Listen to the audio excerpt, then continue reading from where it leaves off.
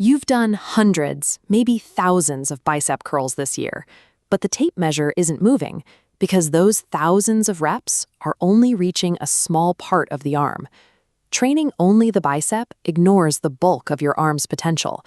Anatomically, the bicep is a relatively small muscle that makes up only about a third of your upper arm's total mass. To see where the size is actually hidden, look at this breakdown.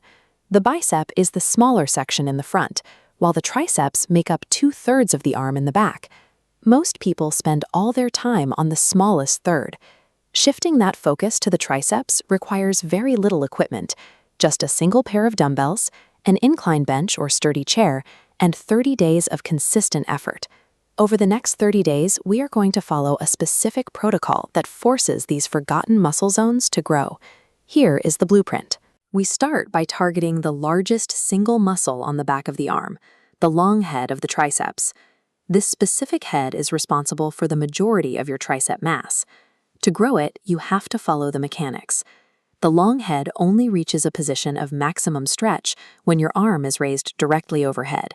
That stretch creates the tension required for the muscle to adapt and expand. On the front of the arm, we have to look deeper. By stripping back the bicep, we find a dense muscle called the brachialis sitting underneath it. When the brachialis grows, it pushes the bicep upward. This creates a wider, thicker arm, particularly when you look at your arm from the side profile. Using these two triggers, overhead stretching for the long head and direct loading for the brachialis, changes the arm into a three-dimensional shape. This is the rotation for workout A, which we call size day. These 5 exercises are selected for their ability to move heavy loads and achieve deep muscle stretches. For the triceps, you'll start with the overhead dumbbell extension to stretch the long head. You'll follow that with the dumbbell floor press. The floor acts as a safety stop for your elbows, allowing you to use heavier weights to load the entire tricep. Next is the incline dumbbell curl. By sitting back and letting your arms hang behind your torso, you put the bicep in a stretched position that a standard standing curl can't replicate. To build width, you'll perform hammer curls with a neutral grip to target the brachialis. Finally, you'll finish with palms-up dumbbell wrist curls to train the underside of the forearms. Workout A provides the high-tension foundation for the program by combining those deep stretches with heavy mechanical loading. Workout B, or stretch and thickness day, hits the muscles from different angles and works to fix any left-to-right strength imbalances. The tricep block starts with dumbbell skull crushers to isolate the elbow joint.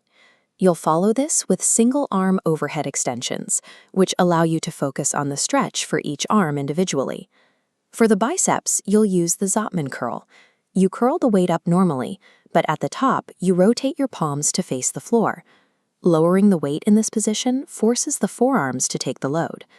You'll finish workout B by repeating the incline curl for additional peak stretch, then move to reverse wrist curls.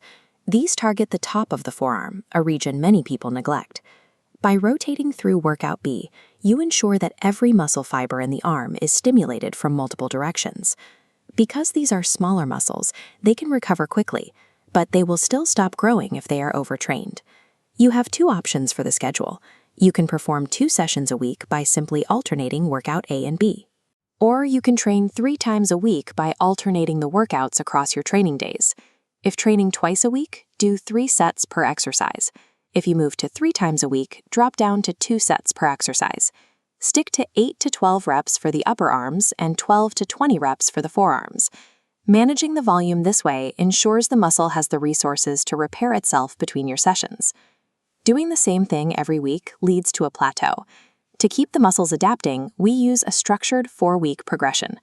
In week 1, focus entirely on mastering the form and range of motion. In week 2, use that same weight but push yourself to add more reps to every set. In week 3, you'll take 3 full seconds to lower the weight on every rep, which increases time under tension. In week 4, you'll increase the weight where possible and push your sets close to the point of muscular failure. This protocol prevents the muscles from adapting to a single stimulus. By changing the demands every 7 days, you force the tissue to continuously respond. By combining these tricep-focused movements with deep stretches and structured progression, you are providing the specific signals the arm needs to grow. The progress you make in this first month is the foundation. You can continue running this system for as long as you want to add size to your arms. Type triceps in the comments to commit to the 30-day challenge. Then watch this next video to see how to apply these same principles to your forearm training using basic items around the house.